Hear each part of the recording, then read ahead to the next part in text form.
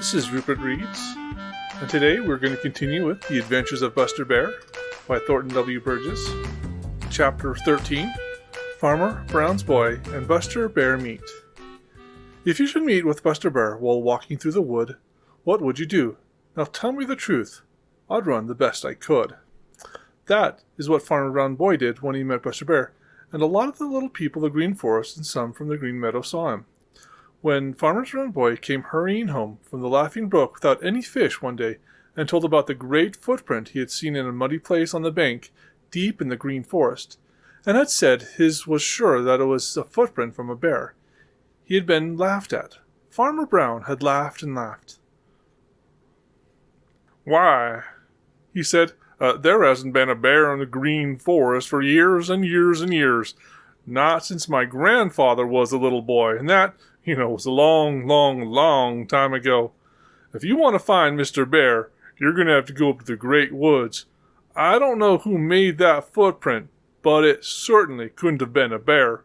I think you must have imagined it."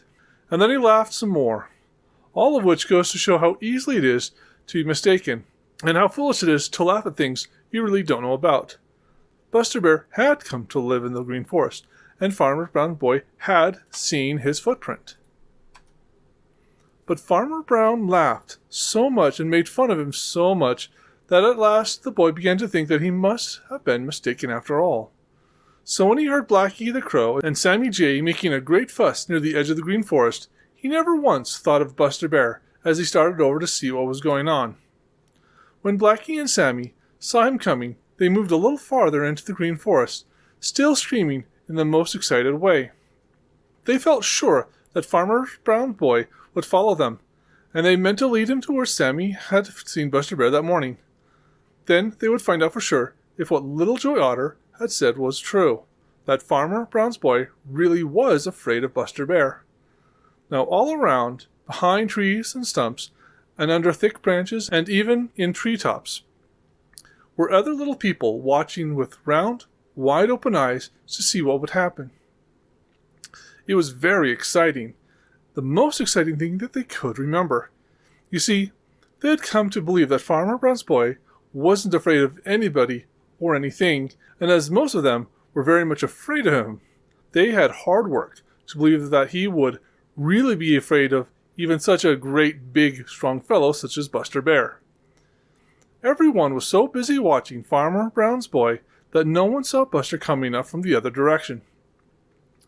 You see, Buster walked very softly.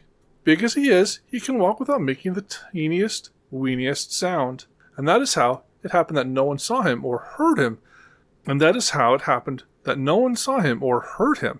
Until just as Farmer Brown's boy stepped out from behind one side of a thick little hemlock tree, Buster Bear stepped out from behind the other side of the same little tree. And there they were, face to face.